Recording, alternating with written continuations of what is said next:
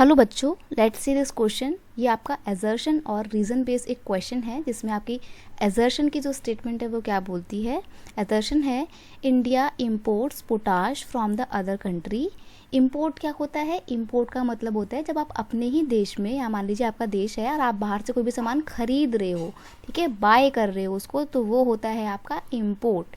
और जब आप अपने ही देश का कोई सामान बाहर ले जाके बेच रहे हो तो उसको क्या बोलते हैं? इसको बोलते हैं एक्सपोर्ट। ठीक है, इम्पोर्ट का मतलब होता है बाहर से सामान खरीदना, एक्सपोर्ट का मतलब होता है बाहर सामान बेचना। तो इंडिया क्या करता है? इंडिया के पास पोटाश नहीं है तो इंडिया पोटाश को इम्पोर्ट करता है, यानी कि बाहर की कंट्रीज से खरीदता है।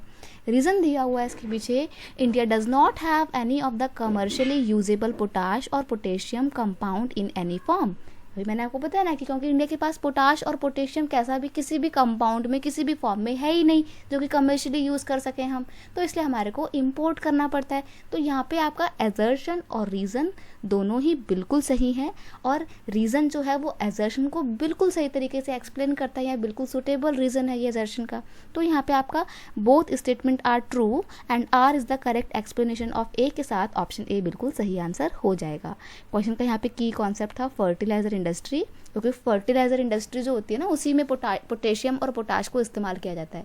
अब आप सोच रहे होंगे फर्टिलाइजर इंडस्ट्री इंडिया में बहुत ज़्यादा डेवलप तो होगी नहीं, तो आप बिल्कुल सही है कि कुछ समय तक ना क्या था, आफ्टर इंडिपेंडेंस इंडिया की जो फर्टिलाइजर इंडस्ट्री थी वो बहुत ज़्यादा अच्छी नहीं थी, या मान लो थी ही नहीं, इक्की दुक्की थी बहुत।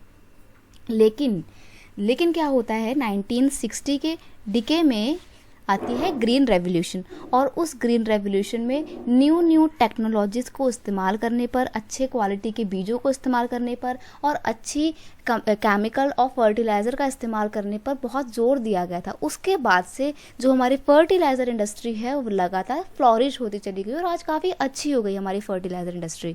After the green revolution this expand to several other part of the country. पहले क्या था ना, ये सिर्फ गुजरात महाराष्ट्र के रीजन तक ही सीमित थी, लेकिन अब साउथ के एरिया में जैसे कि आंध्र प्रदेश, कर्नाटक, तमिलनाडु, केरला में आपको काफ़ी सारी फर्टिलाइज़र इंडस्ट्री देखने को मिल जाएंगी।